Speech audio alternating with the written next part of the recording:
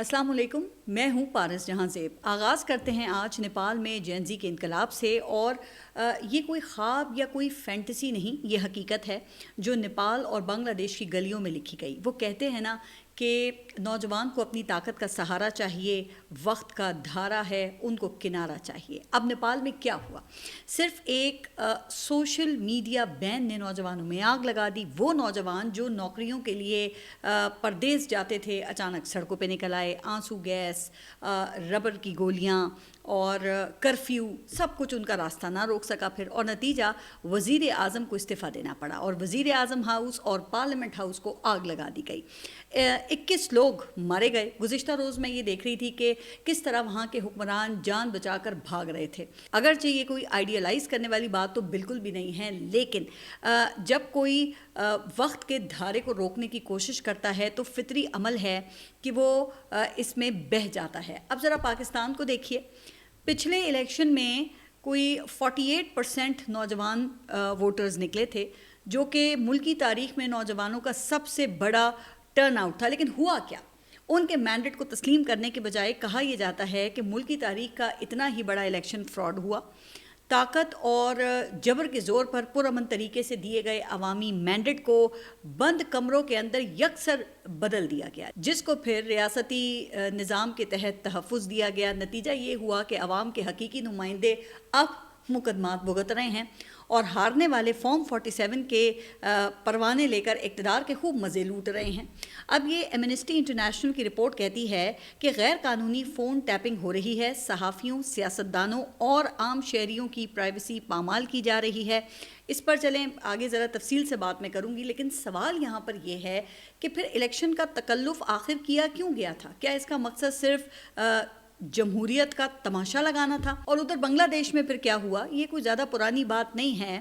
وہاں پر بھی social media پر قطغن، سڑکوں پر لاٹھی چارج، تعلیمی اداروں پر ریڈز، مگر جین زی پیچھے نہیں ہٹی اور عوام پر گولی چلانے کے ایک واقعے نے پورے ملک کے اندر آگ لگا کر رکھ دی۔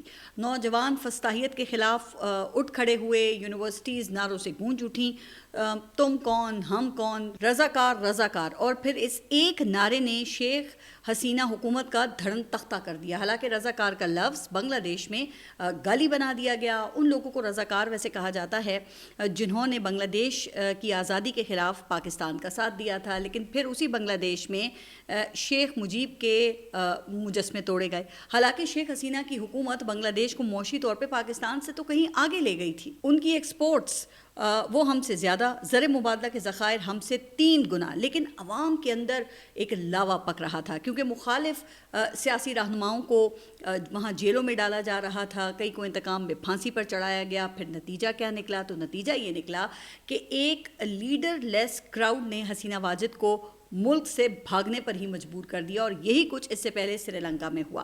تو جناب پھر کہا یہ جاتا ہے کہ یہ محض 3 ممالک کی بات نہیں ہے، بلکہ یہ ایک جرنل پیغام ہے خطے کے ان تمام ممالک کے لیے جہاں عوام کی آواز کو دبایا جاتا ہے۔ نیپال نے بتا دیا کہ جین زی حکومت گرا سکتی ہے۔ بنگلہ دیش نے ثابت کر دیا کہ فسطائیت کو للکارا جا سکتا ہے۔ سری لنکا نے پھر موروثی سیاست کو جڑ سے ہی اکھاڑ پھینکا، کیونکہ چراغ کو جتنا دبایا جاتا ہے اس سے اتنا ہی شعلہ بلند ہوتا ہے۔ یہ جین زی موبائل پر صرف میمز نہیں بناتی، یہ میمز کو تحریک بنانے کا ہنر بھی جانتی ہے۔ اب کہا یہ بھی جاتا ہے کہ آج کے ڈیجیٹل دور کی جو نسل ہے وہ دباؤ میں نہیں آتی، بلکہ دباؤ کو اپنی طاقت بنا لیتی ہے۔ اس لیے یہ وقت ہے کہ نوجوانوں کی آواز کو سنا جائے، چونکہ مینڈیٹ دبانے والوں کے ہاتھ میں اقتدار کی لاٹھی، وہ کہتے ہیں نا کہ زیادہ دیر چل نہیں سکتی، اور تاریخ کا کوڑا ان پر جلد یا بدیر ضرور برستا ہے۔ لیکن میں گزشتہ روز حکومت کے حامی کچھ جو تجزیہ کار ہیں ان کو بھی سن رہی تھی، جو یہ کہہ رہے تھے کہ ان ممالک کا پاکستان کے ساتھ کوئی کمپیریزن نہیں کیا جا سکتا، چونکہ ان کے مطابق پاکستان کا جو ڈی این اے ہے وہ مختلف ہے۔ اب پتہ نہیں کہ ڈی این اے مختلف ہے یا پکے انتظام پر بھروسہ ہے، اور بتایا یہ جا رہا ہے کہ جو لوگ پکے انتظام پر یہ بڑا اترا رہے ہیں ان کی آنکھیں کھولنے کے لیے پھر یہ ایمنسٹی انٹرنیشنل کی نئی رپورٹ کافی ہے، جو کہ شیڈوز آف کنٹرول کے نام سے جاری ہوئی ہے، جس کا اگر آپ اردو میں ترجمہ کریں تو اس کا مطلب یہ ہے کہ کنٹرول کے سائے میں۔ اب اس رپورٹ میں یہ بتایا گیا ہے کہ پاکستان میں نگرانی اور سینسرشپ کس حد تک بڑھ چکی ہے. اب بتائیے کہ کیا کوئی اس انٹرنیشنل رپورٹ کو جھٹلا سکتا ہے جس کے مطابق آپ کا میسج، آپ کی کال اور آپ کا ای میل سب کچھ ایک نظام کے تحت دیکھا جا رہا ہے. یہ نظام 2 بڑے ہتھیاروں پر مشتمل ہے. ایک ویب مانیٹرنگ سسٹم، یعنی کہ ایک ایسا فائر وال جو نہ صرف ویب سائٹس بلاک کر سکتا ہے بلکہ آپ کا وی پی این بھی ختم کر سکتا ہے. اور دوسرا ہے لافل انٹرسیپٹ مینجمنٹ سسٹم، یعنی کہ ایسا نظام جو بیک وقت 40 لاکھ فونز ٹیپ کر سکتا ہے. جی ہاں، 40 لاکھ. اور یہ بات تو ویسے کوئی پہلی مرتبہ سامنے تو نہیں آئی ہے. یہ بات اسلام آباد ہائی کورٹ میں جسٹس بابر ستار کی عدالت میں موبائل کمپنیز اور پی ٹی اے تسلیم کر چکی ہے. جب بشرا بی بی کی آڈیو لیک کا معاملہ عدالت میں آیا تھا، لیکن پھر کیا ہوا تھا، تو پھر جسٹس امین الدین خان نے سپریم کورٹ میں اس کیس پر سٹے دے دیا جو اب بھی جاری ہے. نہ وہ خود فیصلہ کر رہے ہیں اور نہ ہی سٹے آرڈر ختم کر رہے ہیں. بہرحال جو بات ملکی سطح پر ہو رہی تھی، اب وہ آپ دیکھیں کہ بین الاقوامی فورم کے اوپر آ چکی ہے. تو سوچنے کی بات یہ ہے کہ اس سے کس کا نقصان ہوا ہے. تو یقیناً اس سے ملک ہی بدنام ہوا ہے نا، کیونکہ حکمران تو پھر آتے جاتے رہتے ہیں. اچھا، اب یہ سب کچھ کس طرح ممکن ہوا؟ تو اس حوالے سے کینیڈا، چین، جرمنی، فرانس، امریکہ اور یو اے کی کمپنیوں کی مدد لی گئی. اور ظاہر ہے کہ یہ سب کچھ عوام کے ٹیکسوں سے خریدا گیا ہے، مگر عوام کو کچھ نہیں بتایا گیا، کیونکہ یہ صرف نگرانی نہیں ہے، یہ آزادی اظہار رائے پر حملہ ہے. اب کہنے والے تو یہ بھی کہہ رہے ہیں نا کہ یہ انتظام دہشت گردی کے خلاف استعمال ہوگا، لیکن کیا فون ٹیپنگ صرف دہشت گردوں کی ہی ہو رہی ہے؟ چونکہ ایمنسٹی انٹرنیشنل کے مطابق چین کے بعد پاکستان دوسرا ملک ہے جہاں اس طرح کا جامع ڈیجیٹل نگرانی کا نظام نافذ کیا گیا ہے. اب چین کا نظام کیسا ہے؟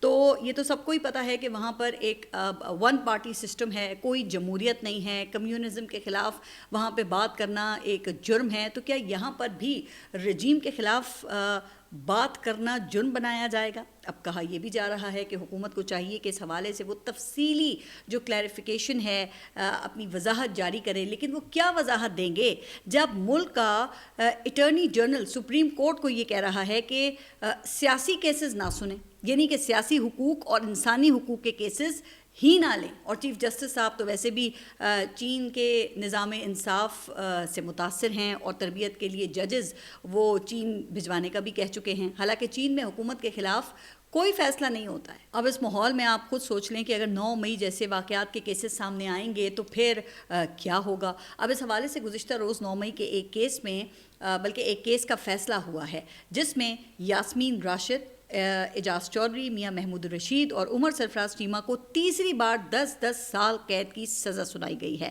ختیجہ شاہ کو 5 سال قید کی سزا سنائی گئی ہے اور جبکہ شاہ محمود قریشی جو ہیں ان کو بری کر دیا گیا ہے. تو اب ظاہر ہے نا کہ ان کو بری کرنا عدالت کی مجبوری تھی، چونکہ اس سے پہلے ایسے ہی 2 کیسز میں عدالتیں انہیں بری کر چکی ہیں. اب اگر اس کیس میں نہ بری کرتی تو پھر مزید سوالات ان پہ اٹھ جاتے. جبکہ دیگر کے لیے تو وہی پرانا باٹا ریٹ برقرار رکھا گیا ہے، کیونکہ مقدمہ ایک ہی ہے، وہی گواہ، وہی سازش کہانی، وہی پروسیکیوشن اور وہی سزا. اچھا، یہ سزا لاہور کی انسداد دہشت گردی عدالت نے 9 مئی کو مال روڈ پر سپریم کورٹ کے ایک جج کی اسکاٹ کی گاڑی جلانے کے جرم میں سنائی ہے. اس سے پہلے اگست میں انہی رہنماؤں کو لاہور کی ایک اور عدالت نے شادمان کیس میں سزا سنائی.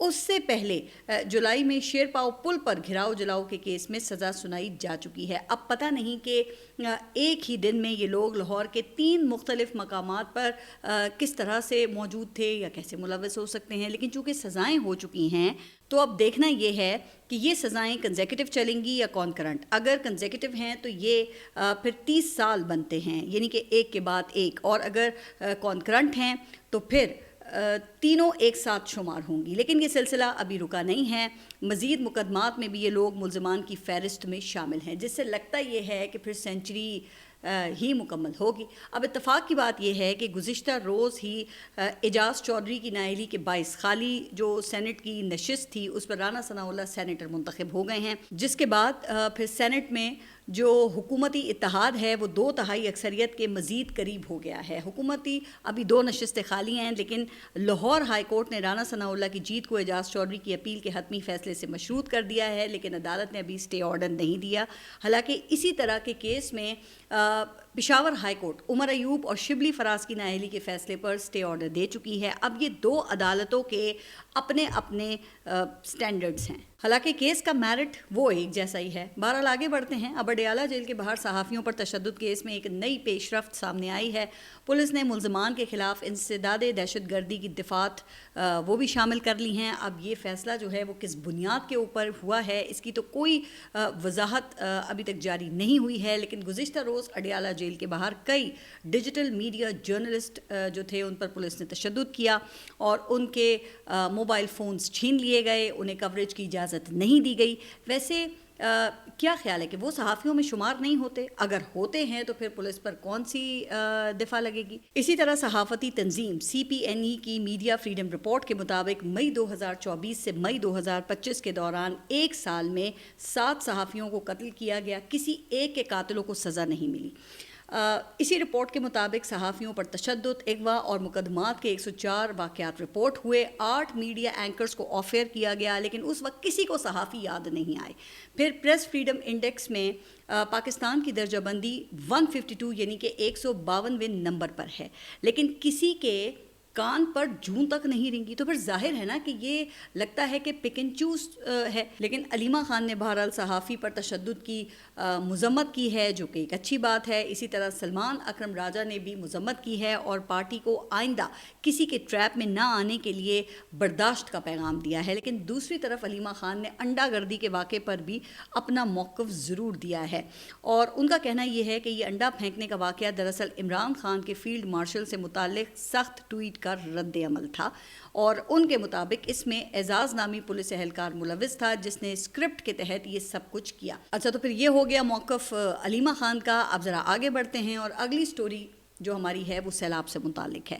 میں نے گزشتہ ولاگ میں کراچی کے حوالے سے بات کی تھی اور کہا تھا کہ شہری حکومت نالوں کی کیپیسٹی کا رونا رو رو کر پہلے سے ذہنی طور پر سب کو تیار کر رہی ہے. لیکن اس کے ساتھ ساتھ ان کی طرف سے دعوے بھی کیے گئے کہ جی فول پروف انتظامات کیے گئے ہیں. اب وہی ہوا نا دیکھیں جس کا خدشہ تھا. گزشتہ روز کی بارش نے شہری حکومت کے جو تمام دعوے تھے ان کو غلط ثابت کر دیا ہے. اچھا پھر بلاول بھٹو نے دعویٰ یہ کیا تھا کہ سندھ حکومت نے سیلاب سے نمٹنے کی مکمل تیاری کی ہوئی ہے لیکن رات گئے تھڈو ڈیم کے اوور فلو کرنے سے M9 موٹر وے دریا کا منظر پیش کر رہی تھی جہاں سے پانی پھر آگے سادی ٹاؤن میں داخل ہوا اور وہاں پہ اس وقت تک کوئی انتظامیہ موجود نہیں تھی جو خبریں آ رہی تھی.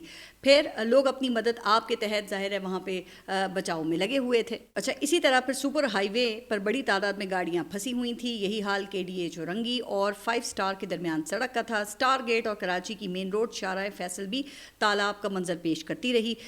اسی طرح سرجانی اور ناگن چورنگی میں پانی آبادیوں میں داخل ہو گیا. ایوب گوٹ پل اور لاسی گوٹ پر ملیر ندی کا پانی اوور فلو کر کے لوگوں کے گھروں میں داخل ہو گیا جبکہ تھڈو ڈیم بھرنے کے بعد لیاری اور ملیر ندیاں بفر گئیں. نشتر بستی عیسیٰ نگری سمیت پانی اطراف کی آبادیوں میں داخل ہو گیا. اب وزیر اعلیٰ سندھ مراد علی شاہ یہ فرما رہے ہیں کہ ہماری پوری تیاری ہے لیکن پھر بھی شہر میں کم از کم خود ہی بتا رہے ہیں کہ 14 اموات بھی ہو چکی ہیں. اب آپ ذرا ان لوگوں کی بے حسی ملاحظہ کریں کہ انسانی جانوں کے ضیاع کے بعد یہ لوگ کہہ رہے ہیں کہ جی صورتحال قابو میں ہے. اندازہ کریں کہ ان کی تیاری کا یہ عالم تھا تو اگر ان کی تیاری نہ ہوتی تو پھر تو نہ جانے کہ شہر کی کیا حالات ہوتے. پھر وزیر اعلیٰ یہ بھی فرما رہے ہیں کہ دریاؤں کا راستہ روکنا قدرت سے لڑنا ہے. اچھا جی وزیر اعلیٰ صاحب آپ کوئی کراچی یونیورسٹی کے پروفیسر نہیں ہیں جو لیکچر دیتے پھر رہے ہیں. آپ صوبے کے وزیر اعلیٰ ہیں. آپ نے عمل کر کے دکھانا ہے. آپ کا کام یہ تھیریز پڑھانا نہیں ہے. گزشتہ 2 ٹرم سے آپ سندھ کے چیف ایگزیکٹو ہیں اور کراچی آپ کا دارالخلافہ ہے. آپ ذرا یہ تو بتائیے کہ اس عرصے میں آپ نے یہ کتنے دریاؤں کے راستے کلیئر کروائے ہیں اور اگر کروائے ہیں تو پھر ملیر اور لیاری ندی یہ کیوں بفر گئی ہے. اب اس نالائکی پر اگر کوئی آپ پر تنقید کرے تو پھر یہاں پہ جمہوریت کا سبق شروع ہو جائے گا. جناب ویسے کوئی شرم کوئی حیا ہے؟ ہاں البتہ پنجاب کے حوالے سے اچھی خبر ہے کہ بارش کا 10واں سپیل ختم ہو گیا ہے. اب PDMA پنجاب کے مطابق مزید طوفانی بارشوں کا امکان نہیں ہے لیکن سیلابی ریلے جنوبی پنجاب میں تباہی مچانے کے بعد سندھ کی طرف بڑھ رہے ہیں اور اس دوران مظفر گڑھ میں پانی پیسکو کے گودام میں داخل ہو گیا ہے جس سے کروڑوں روپے کی گندم وہ خراب ہو گئی ہے. اب یہ جو گندم تھی اسے کیوں محفوظ نہیں بنایا گیا؟ تو یہ بھی اس وقت میں ظاہر ہے ایک بڑا سوال ہے، چونکہ ملک بھر میں گندم کا بحران ہے۔ حکومت پنجاب کی جو اپنی خفیہ رپورٹ ہے نا، اس کے مطابق صوبے میں 734 ذخیرہ اندوزوں کی نشاندہی کی گئی ہے۔ اچھا، اب رپورٹ میں مزید یہ بتایا گیا ہے کہ صرف ایک ہفتے کے دوران ذخیرہ اندوزی میں 16.36% اضافہ ہوا ہے، جبکہ صوبے میں گندم کی پیداوار میں کمی کے باعث 10% شارٹ فال کا خدشہ بھی ظاہر کیا گیا ہے۔ اچھا، اس پر مزید یہ کہ حکومت کی نان پروکیورمنٹ اور ڈی ریگولیشن پالیسیز کے سبب سٹاک نجی ہاتھوں میں چلا گیا ہے۔ ملٹائی نیشنل کمپنیوں کے پاس لاکھوں ٹن گندم موجود ہے، لیکن صرف چند ہزار ٹن کا سٹاک ظاہر کیا گیا ہے۔ اب رپورٹ میں یہ بھی کہا گیا ہے کہ مارکیٹ مافیا جان بوجھ کر گندم کی سپلائی روک رہا ہے اور آئندہ سیزن میں کم رقبے پر گندم کاشت ہونے کا خدشہ ہے۔ اب ظاہر ہے کہ جب کسان کو اس کی قیمت نہیں ملے گی تو وہ پھر کیوں کاشت کریں گے، جس سے صوبے میں بحران وہ مزید شدت اختیار کر سکتا ہے۔ اور اس صورتحال میں سوال تو ایسی پالیسیز بنانے والوں سے بنتا ہے نا کہ کیا سوچ کر یہ یکدم ڈی ریگولیشن کی گئی؟ یہ کام مرحلہ وار بھی تو ہو سکتا تھا نا۔ اچھا، جب ڈی ریگولیشن کا فیصلہ ہوا تو پھر ذخیرہ اندوزی روکنے کا کوئی آخر بندوبست کیوں نہیں کیا گیا؟ کیا اس نالائکی کو سیلاب پر ڈال کر حکومت بری الزمہ ہو سکتی ہے؟ اس حوالے سے گزشتہ روز عمران خان کے ایکس اکاؤنٹ سے ایک بیان جاری ہوا ہے، جس میں کہا یہ گیا ہے کہ اب پوری قوم کو یہ سوال اٹھانا چاہیے کہ گندم اور چینی اسکینڈلز کا کیا بنا۔ محسن نقوی اور نگران حکومت کے دور میں اربوں روپے کا گندم اسکینڈل سامنے آیا، اور موجودہ فارم 47 حکومت کے دور میں چینی کا میگا اسکینڈل سامنے آیا، جن کی وجہ سے آٹا اور چینی عوام کی پہنچ سے دور ہو چکے ہیں۔ پھر انہوں نے یہ سوال اٹھایا کہ کیا ان اسکینڈلز کی تحقیقات ہوئیں یا اس مارشل لاء میں چوروں کے لیے عام معافی کا اعلان ہے۔ اچھا، اب آخر میں کچھ بات کرتے ہیں قطر پر اسرائیلی حملے کے حوالے سے۔ ابھی گزشتہ روز اسرائیل نے قطر کے دارالحکومت دوحہ پر حملہ کیا ہے۔ اب حماس کے سینئر رہنما بچ گئے ہیں، مگر 5 کارکن شہید ہو گئے ہیں۔ قطر کا ایک سیکیورٹی آفیسر بھی مارا گیا ہے اور کئی زخمی ہیں، اور یہ حملہ رہائشی علاقے میں کیا گیا جو کہ کھلی دہشت گردی ہے اور بین الاقوامی جو قوانین ہیں ان کی بھی دھجیاں اڑانے کے مترادف ہے۔ اسرائیل کی ناجائز ریاست جب سے وجود میں آئی ہے نا، مسلمانوں کے خلاف یہ فتنوں کی آماج گاہ بنی ہوئی ہے، جبکہ جو امریکہ کا کردار ہے وہ انتہائی منافقانہ ہے۔ اب وائٹ ہاؤس یہ کہتا ہے کہ ہم نے قطر کو پہلے ہی خبر دے دی تھی، جبکہ قطر یہ کہتا ہے کہ یہ جھوٹ ہے، اطلاع بعد میں دی گئی تھی۔ حالانکہ قطر میں امریکہ کا بہت بڑا فوجی اڈہ ہے، یعنی کہ امریکہ اسرائیل کے لیے پھر اپنے اتحادی کو دھوکہ دے رہا ہے۔ پھر گزشتہ دن ہی اسرائیلی فورسز نے غزہ میں مزید 42 جو فلسطینی ہیں ان کو شہید کیا، ان میں سے 9 وہ لوگ بھی شامل تھے جو امداد لینے کے لیے جا رہے تھے۔ اب اکتوبر 2023 سے لے کے اب تک کوئی 65,000 سے زائد فلسطینی وہ شہید ہو چکے ہیں، 1.5 لاکھ سے زائد زخمی ہیں، ہزاروں لوگ ابھی بھی ملبے تلے دبے ہوئے ہیں۔ اب دوسری طرف اسرائیل کے اندر 7 اکتوبر کے حملوں میں تقریباً 1200 افراد مارے گئے تھے اور تقریباً 200 کے قریب یرغمال بنائے گئے تھے، لیکن دہشت گرد ریاست اسرائیل کا جو انتقام ہے وہ ٹھنڈا ہی نہیں ہو کے دے رہا، اور وہ اس کا بہانہ بنا کر فلسطینیوں کی نسل کشی میں اس وقت مصروف ہے۔ قطر سے پہلے اسرائیل نے لبنان، شام اور ایران پر بھی حملے کیے تھے، یعنی کہ اب پورا خطہ ہی ان کے نشانے پر ہے۔ آج قطر ہے، کل کون ہوگا کسی کو نہیں پتا۔ پھر امریکہ یہ کہتا ہے کہ یہ امن کا موقع ہے، لیکن امن ہے کہاں جب بچے لاشوں میں دبے ہوں، جب مائیں ان کی چیخ رہی ہوں، اور جب ان کے گھروں کو کھنڈر بنا دیا جائے نا، تو پھر یہ وقت صرف افسوس کرنے کا نہیں ہے، یہ وقت مسلم اتحاد کا ہے۔ آج اگر عرب حکمران نہ جاگے، آج اگر ہم نے اپنی آواز نہ اٹھائی، تو یاد رکھیں کہ یہ آگ ایک دن ہمارے گھروں تک بھی پہنچے گی۔ ابھی حالیہ دنوں میں اسرائیل کے دیے ہوئے ہتھیار وہ انڈیا نے ہمارے خلاف استعمال کیے نا، اور دوسری طرف کب سے فلسطینیوں کا خون پکار رہا ہے، وہاں کے مظلوم مسلمانوں کی سسکیاں سنائی دے رہی ہیں، اور شدت سے یہ سوال اٹھا رہی ہیں کہ امت مسلمہ آخر یہ کب جاگے گی؟ آپ اپنا خیال رکھیے، اور اگلے ولاگ تک کے لیے اللہ حافظ۔